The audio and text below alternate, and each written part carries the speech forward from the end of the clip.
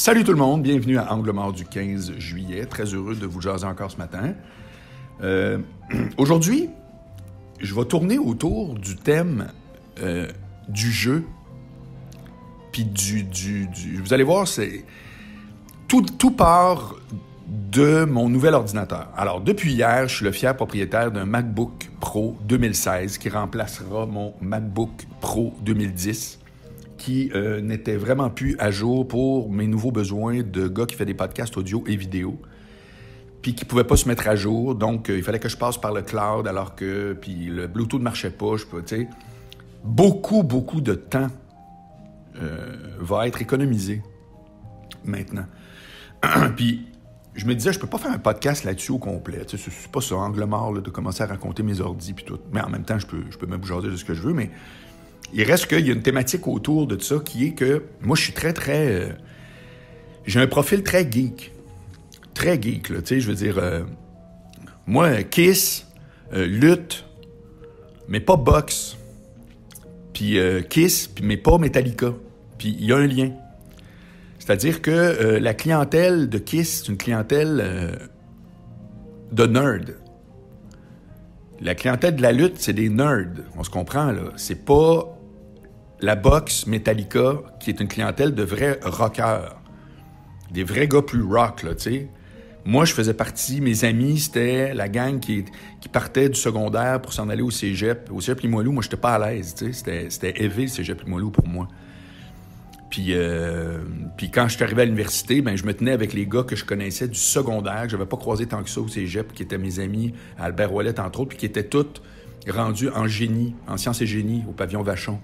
C'est que mes premiers mois en droit, je me tenais pas avec la gang en droit. Je me tenais avec mes anciens amis du secondaire, mais qui étaient tous des solides nerds. Solides, là. Puis c'est ça, c'est que je remarque qu'il y a des degrés. À tous égards, il y a des degrés. Tu peux être un artiste très artiste, genre une parodie de toi-même, puis tu peux être juste un artiste normal, c'est-à-dire qui est créatif, qui fait un job, tu sais, puis qui a une sensibilité, mais qui n'est pas un être d'une fragilité monstrueuse, puis qui essaie de l'imposer à l'univers.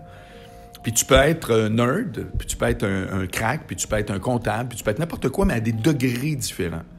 Entre ce que j'appelle la caricature de soi-même, puis un imposteur. Fait que c'est les deux extrêmes. Fait que dans certains domaines, on peut être une caricature parce qu'on veut tellement mettre d'en face qui on est. C'est donc important d'avoir l'approbation des autres sur notre titre, dixit beaucoup d'artistes. Puis l'autre bord, des imposteurs. C'est-à-dire des gens qui, à quelque part, à tort ou à raison, se disent « Là, moi, je suis ici, mais dans la vraie vie, je devrais pas tant que ça être là. » Moi, en droit, j'étais un imposteur. En droit, j'étais un imposteur parce que, je veux dire, j'ai volé la place à quelqu'un qui aurait voulu vraiment être un avocat, c'était contingenté. Moi, j'ai fait 1 an de Sciences Po pour avoir des notes parce que j'avais un deck en cafétéria du cégep de Limoilou.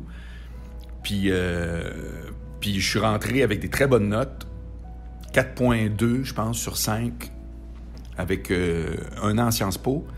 Fait que je suis rentré pas conditionnellement, direct bang, j'ai ouvert l'enveloppe, puis j'ai fait « Oh my God, ça y est, je rentre en droit, j'y suis, j'y reste », là, comme le slogan dans le temps du référendum pour le non. Mais après, je savais, moi, que j'allais pas devenir un avocat, là, tu sais. Ce que je fais aujourd'hui, et ça depuis des années, c'est ce que je voulais faire quand j'étais tout jeune. Puis j'étais en droit, puis je le savais, mais chez nous, on allait à l'université. C'est que je me suis dit, tant qu'à prendre un cours bidon en communication ou en whatever, je vais me faire une vraie formation, qui en plus rayonne socialement, je dirais. J'ai joué la game. Je ne veux pas regretter. Je suis encore avocat aujourd'hui, je trouve ça génial. Mais tout ça pour dire que je suis un imposteur. Je suis littéralement quelqu'un qui a pris la place d'un autre qui peut-être n'avait pas les notes, mais qui aurait fait une carrière là-dedans. Fait que je l'avoue. Dans la vie, on fait ça à répétition, là. Fait que c'est pas comme genre, oh mon Dieu, c'est épouvantable. Je vais juste vous dire que dans le spectre de la caricature de soi-même, ça là-dessus, je veux dire, quand j'étais à la TV, j'étais assez spécial, merci. Puis, c'est qu'on est tous capables de nager dans ces eaux-là. Puis, actuellement, en termes de geekness, je suis un geek, disons, soft geek, tu sais, dans le sens que je tripe vraiment sur mon nouvel ordi, il va vraiment m'aider, tout. C'est super. Je voulais pas payer 3000$ pour un MacBook 2020, ça coûte une solide, tu sais, c'est cher, c'est trop cher. Surtout de ce temps-là, là, tu sais, moi, je roule pas sur l'or. Puis, d'un autre côté, je travaillais vraiment mal, puis ça me limitait dans le fait que maintenant, j'investis plus dans les podcasts, puis que j'ai 2 vidéos qui sont plus demandants. Tu sais? Ça fait que c'est ça. Mais, le point principal aujourd'hui, c'est à quel point, des fois, on voudrait être quelqu'un ou on voudrait avoir des intérêts, mais ça ne nous colle pas. C'est que je ne sais pas si ça vous arrive, c'est la première fois que je vais parler de ça. Mais moi, j'ai un côté geek, comme je vous dis, très geek caricatural. Là, je répète, Kiss, lutte, ordi, changer son téléphone aux 2 ans, les gadgets, Apple, le cinéma, les films, patente, YouTube. Je suis là-dessus, là, à côté. Il n'y a pas de syndrome de « Ah oui, eux autres qui sont de même. » Puis non, je suis comme ça. Mais à un degré où, pour qu'être un vrai geek, il me manque une étape qui s'appelle être un gamer. Puis là, je me demande, est-ce qu'il y a des trucs dans la vie que vous êtes de même, vous autres aussi, c'est-à-dire que vous aimeriez être ou avoir un intérêt, mais vous l'avez essayé, mais ça colle pas. Moi, être gamer, ça colle pas. J'ai essayé évidemment des jeux de baseball, des jeux de lutte, super bien fait, c'est fou l'univers des jeux, c'est malade. Pour des raisons que j'ignore, je m'intéresse beaucoup aux actualités de tout ça. Comme là, il y a un jeu qui s'appelle The Last of Us, qui a sorti sa 2e édition, après plusieurs années de la première édition. Puis les quelques personnes qui ont joué avec m'ont tous dit, je l'ai essayé 15 minutes puis j'ai arrêté parce que ça me joue dans la tête. Ça a l'air que c'est un scénario, c'est bien fucké. Puis à un moment donné, il faut que tu fasses des choix. Puis les choix, c'est pas juste tirer le zombie ou bien tirer le scorpion. Là, c'est est-ce que tu tues le médecin qui va aider l'autre? Mais puis là, c'est comme des choix éthiques épouvantables. Alors, ce jeu-là a fait l'objet d'un article la même journée dans le New York Times et dans Le Monde. Des journaux que je lis le matin, comme vous savez, auxquels je suis abonné. Puis là, j'ai fait calvaire, c'est quoi ce jeu-là? Puis tout. Ça fait que je m'intéresse à ça. J'ai un gros fond geek. J'ai essayé Star Wars en plus. J'ai essayé évidemment toutes les... c'est quoi le jeu de guerre, là, super populaire en tout cas, bref. Puis là, avec du monde, puis la manette, puis comment tu fais ça, OK, puis on passe du temps, puis on essaie. Ça colle jamais. Je crois que qu'est-ce qui vient stopper cette étape-là dans mon geekness, c'est que je suis pas un joueur. Je suis pas joueur, moi. Je suis pas un gambler. C'est-à-dire que je suis capable d'investir. Je suis un entrepreneur. Regardez la différence, c'est pas évident, mais je suis un entrepreneur. C'est-à-dire que si je pense que un projet est porteur, je calcule pas ni mon temps, je calcule rien. Je calcule l'argent à la mesure que je dilapide pas mes biens, mais tu sais, je vais foncer tout le temps dans du nouveau. Tout le temps. Et preuve en est là, que le confinement, moi, j'ai développé une espèce de... Là, il y a un autre marcboilard.com avec des services qui arrivent avec ça, une meilleure présentation des livres que j'ai, que je suis en feu, tu sais. Mais il reste que je suis pas un joueur, donc je suis pas un gambler. C'est que la différence entre un entrepreneur et un gambler, pour moi, est claire, mais elle n'est pas évidente à expliquer. C'est comme l'entrepreneur pousse des projets, puis le gambler se dit, ça va marcher ou pas, puis je mets des ressources à penser que ça va passer. Puis ce bout-là, je l'ai pas. Ça fait que je gagne ou je perde, moi, j'ai l'impression que c'est pas si important que ça. Écoute, si vous savez le nombre de trucs que j'ai lancés dans la vie, puis que j'ai essayé, puis que j'ai poussé, puis qui n'ont rien donné, là, c'est magistral, tu sais. Puis, Dieu merci, c'est pas l'ensemble de l'œuvre. Mais ce que vous êtes au courant, c'est ce qui a marché. Mais ce que vous n'êtes pas au courant, c'est une tonne de... Tu sais, je me souviens là, des affaires, là, autant dans le temps de mon classeur que dans le temps de Testo, que des promos de... Quand je suis arrivé à Radio à Québec, à un moment donné, j'ai fait « Hey, on fait une promo, c'était le WrestleMania. » C'est que j'invite des auditeurs à aller voir la lutte à Sainte-Foy, tu sais. Écoute, on était 12. Il y avait personne. C'était zéro, tu sais. Puis, ça fait que, je veux dire, on s'en claque à quelque part. Là. Tu fais une promo, t'en parles un petit peu en ondes, tu y vas parce qu'anyway, j'y allais. Ça fait que, tu sais, je veux dire, moi, je te content pareil. Puis là, tu rencontres du « Allô, salut, comment ça va? » Puis tout. Mais, tu sais, on s'entend que une vraie promo, ça n'aurait pas donné ça. Là. Ça aurait été comme, il y a du monde qui se pousse à la porte, puis tel, blablabla. Mais ça, là, de ça, là, j'en ai fait une tonne. Ça fait que ça me dérange jamais, ironiquement, ça me dérange jamais de pousser des affaires. Puis je me demande jamais, j'analyse pas tant que ça le pourcentage de réussite potentielle. Comprenez-vous? Tu sais, moi, là, je fais des podcasts, puis je les vois monter, mais ça monte tranquillement. Ça monte, c'est encourageant, mais tranquillement. Tout le monde qui fait des podcasts dit au début, il n'y a pas grand-chose, à moins que tu sois Jean-Luc Mongrain, là, avec 25 ans de carrière, puis là, tu te lances sur Facebook, il y a 100 000 personnes. Il dit au début, il n'y a pas grand-chose. Si tu passes de l'audio aux vidéos, ce que j'entends faire, justement, j'attendais mon ordi pour Angle mort, justement. Ça va continuer à être audio, mais en même temps, je vais partir ma caméra, pourquoi pas? Je veux dire, je vais faire les deux, je vais avoir... C'est que tout le monde me dit, quand tu passes de l'audio aux vidéos, là, tu vois un gros boost. Plein d'affaires de même. Mais je me suis jamais arrêté à me dire, ce projet-là, puis là, j'ai une grande vision, puis peut-être tout ça est attaché comment on dit ça, donc... de façon inconsciemment.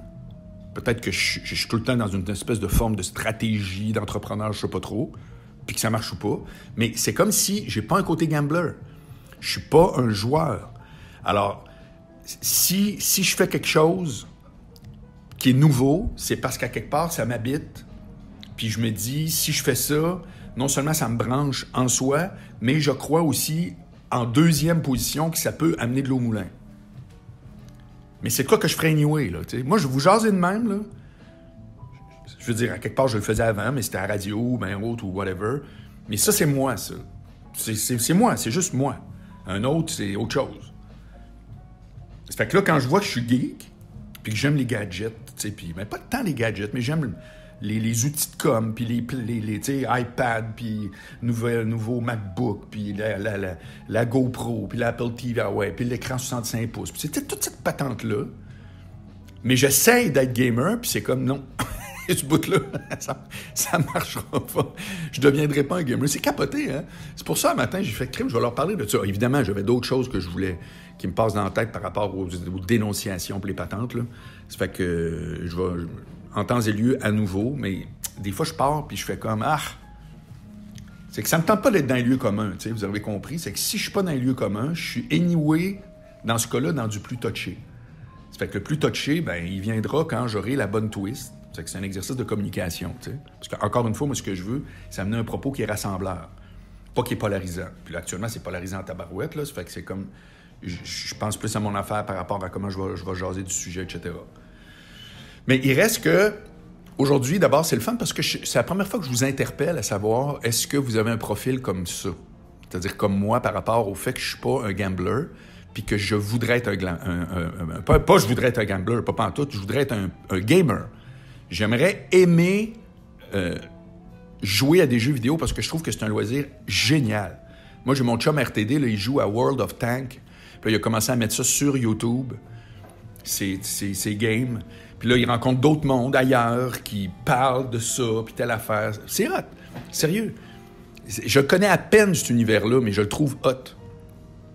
C'est un univers qui est habituellement très gars, mais je pense que de plus en plus de filles sont là-dedans. D'ailleurs, on avait interviewé une championne qui gagne sa vie à faire des tournois de jeux vidéo, là, une fille qui reste à Beauport. Peut-être vous la connaissez, il me semble qu'elle avait les cheveux roses, une affaire la même. En tout cas, elle était venue en studio à Québec.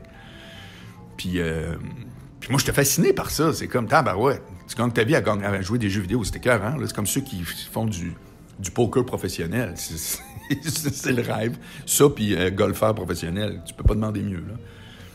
Puis, ça fait que c'est ça. Donc, moi, j'ai l'impression que dans la vie, il y a tout le temps des trucs. Je reviens avec mon espèce de mes deux extrêmes, là, c'est-à-dire que tu es une caricature de quelque chose, donc tu veux tellement le mettre d'en face à tout le monde que tu deviens extrême, puis c'est gazant, ou tu es un imposteur.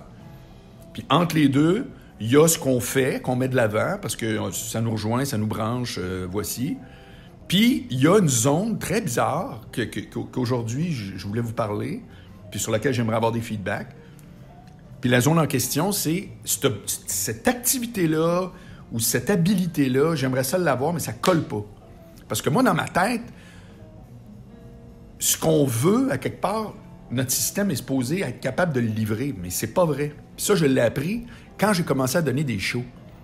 Moi, quand j'étais gérant de Morancy, je le regardais pendant 1h30, 1h3 de temps, là, puis je me disais, tabarouette, moi, je peux pas faire ça. Puis j'ai jamais eu la langue dans ma poche, là. J'étais gérant, mais dans la vraie vie, j'étais tout le temps à l'avant-scène, on se comprend, là, puis je faisais des sketchs en avant de tout le monde à la classe au primaire, là, bon.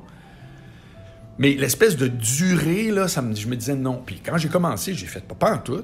Puis c'est là que j'ai cassé une fausse croyance hallucinante, qui était que on est bon dans ce pourquoi c'est facile. Si pour moi, c'est facile de parler dans un micro, bien c'est normal, je vais faire ça, puis je vais aller vers là. Mais c'est faux. C'est-à-dire que Des fois, quelque chose peut nous interpeller au fond, mais c'est difficile. C'est difficile. Ça fait que moi, j'ai passé là, une grande partie de ma vie à aller tout le temps où c'était facile, puis si c'était difficile, je faisais « Ah, je débarquais. Ciao, bye. » C'était un gros problème, mais qui n'apparaissait pas comme un problème. Parce que quand je disais non à quelque chose de difficile, je m'en allais ailleurs, puis ailleurs, ça marchait. C'est que pour moi, la solution, depuis que j'étais jeune, il n'y en avait pas de problème. Puis c'est vraiment quand je suis arrivé à l'avant-scène, etc., que là, c'était comme, hey, dans le temps, là, apprendre, je n'ai déjà glissé un mot, quand je faisais mes premières chroniques à testostérone, au début, là, au Spectrum, il fallait que j'apprenne par cœur des trucs de 4-5 minutes, là. Je passais mon week-end à apprendre un petit texte de rien. Jusqu'à temps que Mike dise, parce que c'est mal écrit. Pas mal écrit, pas bon ou pas drôle, c'est mal écrit dans le sens que c'est pas écrit pour que tu le retiennes bien. C'est que dans ta tête, tu sais ce que tu fais, puis quand tu l'écris, tu fais autre chose. Ça, j'ai fait, OK, ça, c'est un professionnel qui parle, là, parce que c'est exactement ça, tu sais. C'est comme, je commençais par le formuler, les grandes lignes, puis après ça, là, je mettais ça sur l'ordi. Puis à partir de là, ça s'est mis à bien aller. Mais au début, je capotais. Fait que ça a cassé ma croyance, parce que je savais que j'avais ma place là, c'était évident, j'ai frappé comme épouvantable. Fait que c'était comme, ah, tu vois, c'est pas parce que c'est difficile que c'est pas pour toi. Faut pas tout le temps aller juste où on pense, où c'est facile. Fait que voyez-vous le parallèle avec le fait que tout à coup, moi, j'étais un gars qui aime les produits Apple, les écrans de TV, la patente. Puis tout à coup, je réalise que, hey, il me semble que je me verrais être un gamer. Il est le fun, ce loisir-là. Tu peux jouer chez vous, tu peux jouer maintenant sur n'importe quel écran. C'est trippant, tu te fais des amis, tu peux jouer online. Tu sais, je le comprends total, l'univers. Puis à quelque part, il y a un gros bout qui me ressemble. Puis quand je l'essaye, ça fait comme pout. Ça fait que c'est ça. Donc, ce matin, c'était de ça que je voulais vous jaser. Écrivez-moi, si vous autres aussi, il y a des côtés de vous autres que vous dites, j'aimerais ça être cette personne-là, j'aimerais ça mettre ça de l'avant, mais on dirait que ça colle pas. Je l'essaye, puis après ça, je fais comme, ben c'est drôle. J'aimerais ça, mais je m'invente-tu que j'aimerais ça, parce que dans la vraie vie, après, je laisse tomber. Alors, c'est-tu que tu laisses tomber parce que tu as peur que ça marche pas? Tu sais, là, il y a 1000 versions. Mais en tout cas, c'était mon sujet aujourd'hui. Je trouve ça intéressant de voir que il n'y a pas d'âge. Tu peux avoir 20 ans, tu peux en avoir 70. Ou est-ce qu'à quelque part, il y a quelque chose qui t'interpelle. Puis quand vient le temps de mettre de l'avant, il y a de quoi qui bloque. Puis des fois, ce qui bloque, c'est toi. Tu fais, je m'imagine vouloir être ça, mais dans la vraie vie, pas tant que ça. C'est capoté. Hein? En tout cas, j'attends vos feedbacks sur celle-là, ça va être intéressant. Et puis, bonne journée.